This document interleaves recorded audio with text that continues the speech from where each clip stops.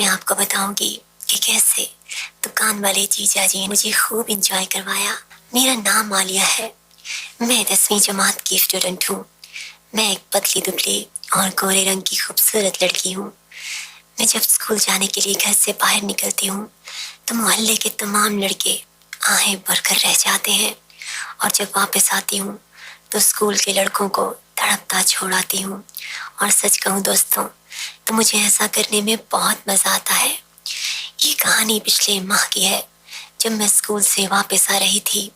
घर की तरफ लौटते हुए रास्ते में मुझे एक ऐसी गली से गुजरना पड़ता था जहाँ लोगों की आमदोरफ्त इंतहाई कम होती थी। उस गली में एक दुकान थी मेरे जीजा जी की। स्कूल से वापसी पर इसी दुकान से कुछ चीज़ें लेती थी। ये मेरा मामूल था। स्कूल से वापसी पर मैं उस दुकान पर आती और अपने लिए चीज़ें लेती। उस दुकान पर मेरे जीजा जी बैठते थे।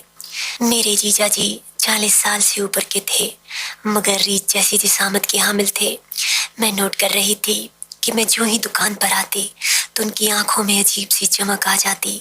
वो मुझे बहुत गौर से देखते और मुझसे प्यार से बात करते।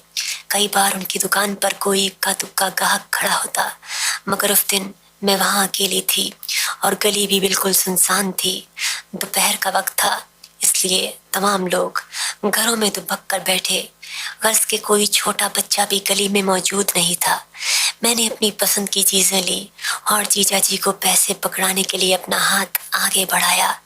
जीजा जी ने मुझे मुसलसल घूरते हुए मेरा हाथ पकड़ लिया और बोले, मेरी रानी, मेरे पास तो आओ। मैंने अपना हाथ छुड़ाने की कोशिश की तो उन्होंने मेरा दूसरा हाथ भी थाम लिया और जोर से मुझे अपने पास खींच लिया। मैं उनकी बाहों में उतर आई। उनका गिरेबान खुला था, जिसमें से उनके रीछ जैसे बाल मुझे नजर आ रहे थे। दोस्तों, आपको क्या बताऊं, ये सीने के घने बाल मेरी कमजोरी है, और जब भी मैं किसी रीछनुमा इंसान को देखती हूँ तो मुझे कुछ कुछ होने लगता है। मैंने कुछ मज़ाहमत न की तो वो बोले, मेरी रानी, क्या हुआ, तुम्हें अच्छा लग रहा है? मैं शर्मा गई और मेरी निगाहें खुद ब खुद झुक गईं। उस बात से उनका हौसला और बढ़ गया और मुझे महसूस होने लगा। उन्होंने मुझे पुचकारा और मुझे साइड पर करते हुए बोले, कोई आ जाएगा, मैं शटर डाउन कर देता हूँ। और फिर उन्होंने शटर डाउन कर दिया। अब दुकान में मैं और वो बिल्कुल अकेले थे। मैदान साफ था, अब कोई नहीं था जो हमारी राह में रुकावट बनता। और फिर वो रीछ मुझ पर टूट पड़ा। फिर हमने एक दूसरे के छिलके उतारे और एक दूसरे के बगलगीर हो गए। मुझे ऐसा लगा जैसे मैं 7वें आसमान पर हूँ। मुझे कहने लगे, मैं कब से तुम्हारे लिए बेकरार था, तुम सोच भी नहीं सकती मेरी रानी। और मैं मदहोशी के आलम में उनसे किसी बेल की तरह लिपट गई।